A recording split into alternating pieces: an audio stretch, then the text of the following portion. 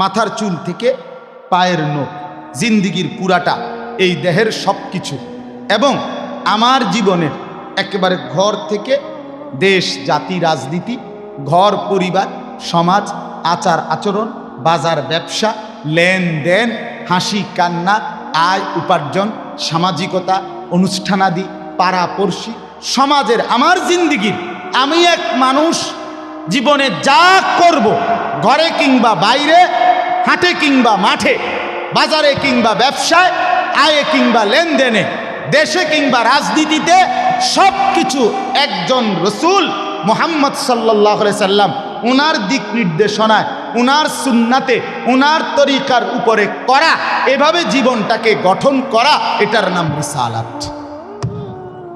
এটার নাম রিসালাত। কোনোভাবেই বাপ এই কথা বলার কোনো সুযোগ নাই। ইসলামকে কোনো একটা জায়গার মধ্যে সীমাবদ্ধ করার কোনো অনুমতি নাই। এটা ঈমান থাকবে না, ঈমান থাকবে না।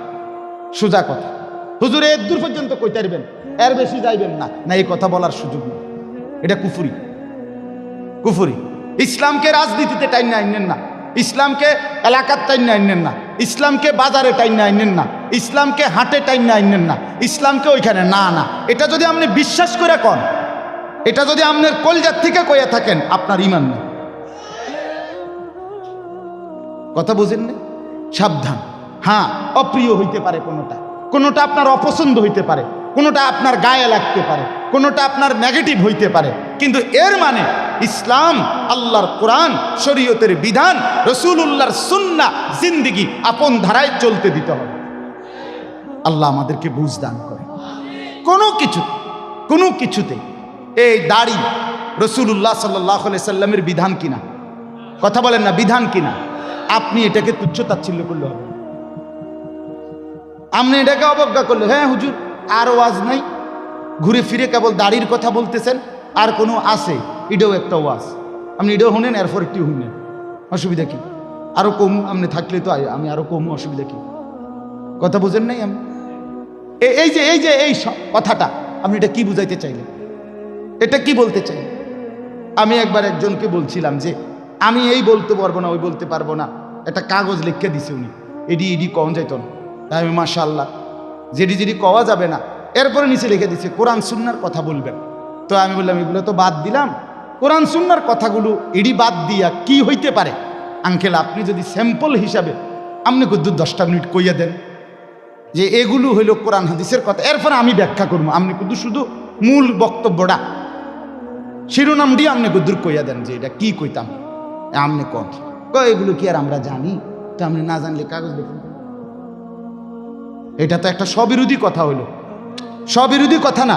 আপনি জানেন না, এদিক দিয়েও আপনি এটা বুঝেন, আবার আপনি আইন কানুন দেখাইতে আছেন, তো এটা আপনি কি বুঝে আইন দিলেন? আল্লাহ আমাদেরকে বিবেক দান করেন।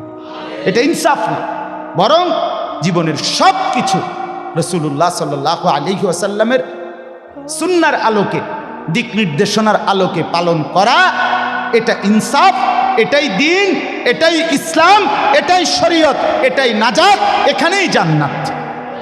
আমার ঘাটতি আমাকে মেনে নিতে হবে, আমার কমতি আমাকে এটা মেনে নিতে হবে। মেনে নিতে হবে কিনা বলেন? হ্যাঁ, স্বীকার করতে হবে, এটা আমার কমতি, এটা আমার ঘাটতি। অবজ্ঞা করা যাবে না, তুচ্ছ তাচ্ছিল্য করা যাবে না, টিটকারি মস্কারি করা যাবে না। ইসলামের একটা ছোট্ট জিনিসকেও তিরস্কার করা, তুচ্ছ তাচ্ছিল্য করা, ইস্তেহজা করা, এটা কুফর। আপনি জিজ্ঞাসা এনে ওলামায়ে কেরাম, এটা শরহে আকায়েদের মাসআলা, কুফরি। আপনি দাড়িকে, মেসওয়াককে, টুপিকে, পাঞ্জাব, যা কিছু ইসলামের নিদর্শন, তার একটি জিনিসকেও আপনি অবজ্ঞা করতে পারবেন।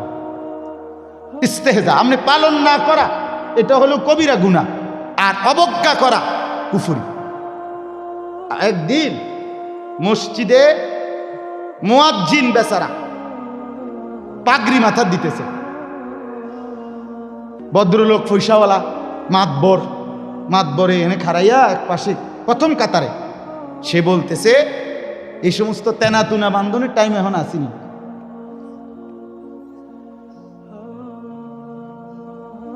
বুঝিনি? হে প্রথম কাতারে পয়সা ওরা টাইলসি পেয়া দিছে, বুঝেন না কথাটা? মসজিদে টাইলসের টিয়া দিছে, এবারে তো মসজিদে তো উনি টাইলস না দিলে আমরা নামাজ পড়লাম বলে কেমনে? বাপরে বাপ, আপনি এটা কি বলবেন? কাকে তিরস্কার করবেন?